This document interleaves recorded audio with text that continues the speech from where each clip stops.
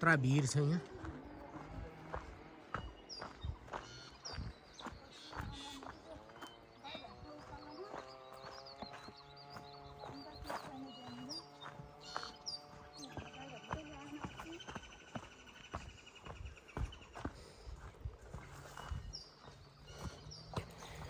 के भन्नु अब उकालो बाटो भने जानै पर्यो, हिँड्नै पर्यो।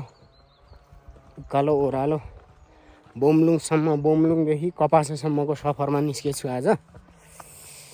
तपाईँहरूलाई हाम्रो गाउँको दृश्य देखाएर मनोरञ्जन गराउन चाहन्छु। हाम्रो गाउँठाउँमा बसाइ सरेर आएर बस्न सक्नुहुन्छ है त।